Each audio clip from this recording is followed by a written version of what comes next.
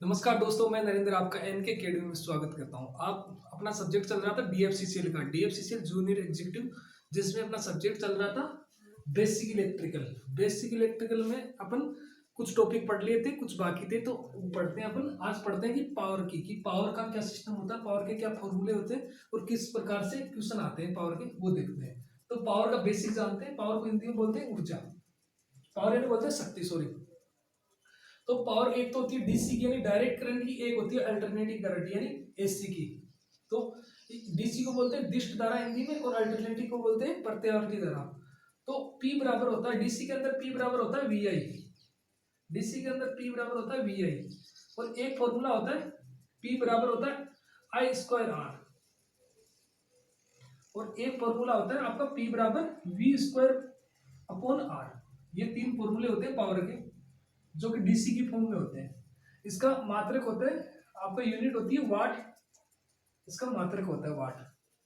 अब देखते हैं अपन एसी के अंदर यानी अल्टरनेटिंग करंट के अंदर देखते हैं कि पावर किस प्रकार से होती है। तो एक तो होती है अपने अपरेंट पावर, एक होती है अपने अपरेंट पावर, एक होती है अपनी एक्टिव पावर। एक्टिव पावर बोलते हैं ट्रू पावर यानी रियल रियल पावर, और एक होती है अपनी रिएक्टिव पावर। तीन प्रकार की पावर होती है एसी के अंदर। तो अपरेंट पावर बराबर होती है आपका वी आई, और आपका एक एक्टिव पावर के बराबर होती है वी आई कोस फाई, और रिएक्टिव पावर बराबर होती है वी आई साइन फाई। यानी रिएक्टिव का मतलब साइन फाई से, और आपका एक्टिव का मतलब कोस फाई से। वी आई तो आपका अपरेंट पावर, और वी आई तो सब में लगेगा ही, ये आपका याद रखने का तरीका है। और वी आई वी आई का कौन सा मान इसमें काम में लिया जाता है, तो वी आई का आपका वोल्टेज और करंट का आरएमएस वैल्यू ही काम में ली जाती है, आरएमएस मान ही काम में लिया जाता है। तो अपरेंट पावर का मात्रक होता है वोल्ट एम्पियर यानी वीए या केवीए या एमवीए, इसका मात्रक लिखते हैं, ये अपरेंट पावर का। और आपका एक्टिव पावर का लिखते हैं आपका वाट, सीधा सीधा वाट लिखते हैं। और आपका रिएक्टिव पावर का लिखते हैं केवीआर या वोल्ट एम्पियर रिएक्टिव रिएक्टिव ये होता है आपका रिएक्टिव पावर की। ये तीनों के एसी की फॉर्म में हो गए और ये डीसी की फॉर्म में हो गए, इनको नोट कर लो। आगे देखते हैं फिर।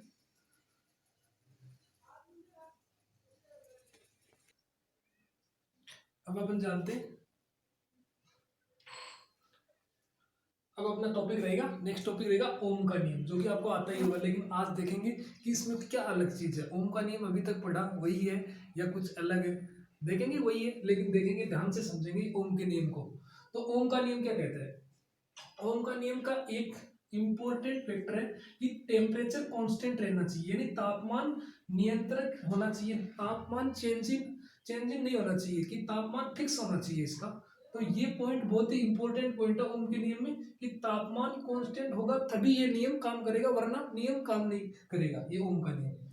तो अब समझते हैं ओम का नियम। मान लेते हैं एक रेजिस्टेंस है, तो इसके अंदर वोल्टेज, आपने सप्लाई वोल्टेज दे दिया वी, और धारा दे दी, उसमें करंट दे दिया आई। तो मैंने लिख दिया आई बराबर क्या है, सप्लाई। वी बराबर आपका सप्लाई वोल्टेज, और आई बराबर आपका सप्लाई करंट। वी हो गया आपका सप्लाई वोल्टेज, आई हो गया आपका सप्लाई करंट। तो यहाँ पे आई दे दिया और वी अप्लाई कर दिया। तो इसके अंदर अब देखेंगे कि दो कंडीशन होती है। कि पहली कंडीशन देखते हैं, कंडीशन 1। ओम का नियम जब सप्लाई वोल्टेज व सप्लाई धारा यानी सप्लाई करंट के बीच में, यानी वी समानुपाती आई, इन दोनों के बीच में अगर ज्ञात करना हो तो क्या होगा, वी समानुपाती आई नहीं होगा, क्योंकि ये अपन फिक्स रख दिया। तो करंट का क्या प्रभाव है, क्योंकि अगर बैटरी है तो बैटरी, अगर वोल्टेज है तभी तो करंट फ्लो होगा, ऐसे तो है नहीं अपन करंट फ्लो कर देंगे बिना वोल्टेज की, ऐसा तो हो नहीं सकता। तो क्योंकि ये चेंजेबल, जो आई है ये चेंजेबल होने वाली चीज है, कि ये इसको कम ज्यादा कर सकते हैं। लेकिन ऐसे यहाँ पे सप्लाई वोल्टेज है तो पहले निकालेंगे नहीं यहाँ से बैटरी, अगर वोल्टेज ही नहीं देगी तो करंट कहाँ से निकलेगी, ये समझने वाली बात है।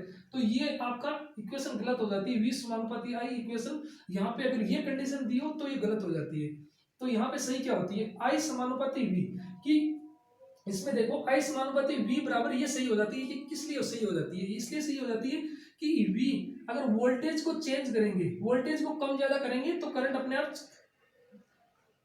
चेंज होगी, करंट में अपने आप ही परिवर्तन होगा। जब वोल्टेज को छेड़छाड़ करेंगे तो वोल्टेज के साथ में, तो ये सही हो जाएगी, क्योंकि वोल्टेज के साथ में जब सप्लाई वोल्टेज के साथ में छेड़छाड़ करेंगे, जब सप्लाई वोल्टेज ही नहीं आएगी तो करंट कहाँ से बहेगी, सोचने वाली बात है। तो ये वोल्टेज वाली कंडीशन, ये कंडीशन सही है जब ये कंडीशन लागू हो तो।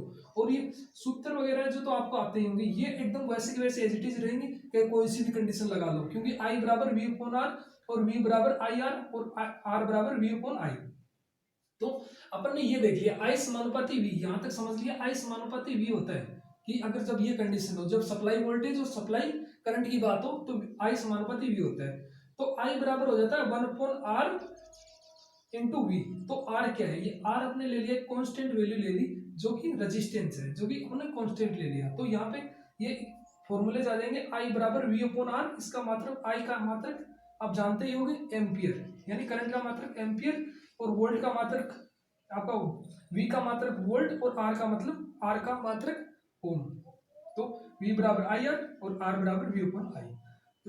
सेकेंड कंडीशन देखते हैं, जब दूसरी कंडीशन ये कंडीशन अप्लाई हो, जब ओम का नियम, जब ओम का नियम वी यानी सप्लाई, यानी आपका सप्लाई वोल्टेज नहीं है यहाँ पे क्या है देखना, वोल्टेज ड्रॉप, क्या वोल्टेज ड्रॉप व करंट के बीच में, वोल्टेज ड्रॉप व करंट के बीच में बताना हो। जब यहाँ पे वोल्टेज ड्रॉप मान लो, यहाँ पे वोल्टेज ड्रॉप बताना है, ये वी, ये स्मॉल वी है आपका स्मॉल वी, ये वी और इस वी और इस करंट के बीच में अगर जब रिलेशन बताना है इन दोनों के बीच में, इस वी इसके बीच में वोल्टेज ड्रॉप और इस आई के बीच में जब रिलेशन बताना है तो आई समानुपाती वी नहीं होगा, गलत हो जाएगा। जो कि यहाँ पे देखो, यहाँ पे सही बात था लेकिन यहाँ पे गलत हो जाएगा। क्यों?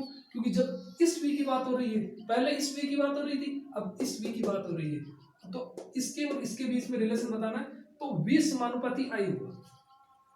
तो यहाँ पे हो जाएगा जैसे ही करंट चेंज करेंगे, क्योंकि यहाँ से सप्लाई वोल्टेज तो आ ही रहे, करंट को अगर कम ज्यादा करेंगे तो ये वोल्टेज अपने आप कम ज्यादा हो जाएंगे। तो ये हो जाएगा वी समानुपाती आई। दो चीज देखनी है, अगर वोल्टेज ड्रॉप और करंट के बीच में पूछा है तो आपका वी समानुपाती आई होगा, और अगर जब सप्लाई वोल्टेज और करंट के बीच में पूछा है तब ये रिलेशन सही होगा। तो अपन ने ये फाइंड आउट कर लिया वी समानुपाती आई, मतलब वी समानुपाती आई, वी जब जैसे करंट को चेंज करेंगे तो इसके अंदर रेजिस्टेंस के अंदर वोल्टेज का फर्क पड़ेगा। तो सूत्र वही होता है वी बराबर आर आई, आर यहाँ पे कांस्टेंट है जो कि रेजिस्टेंस है, वी अपॉन आई बराबर कांस्टेंट वैल्यू अपने एक ले ली, ये आ गए। और ये फॉर्मूला आपके एज इट इज रहेगी, वी बराबर आई आर, आई बराबर वी अपॉन आर, आर बराबर वी अपॉन आई, जो कि अपन ने पढ़ रखे ओम के नियम के अंदर।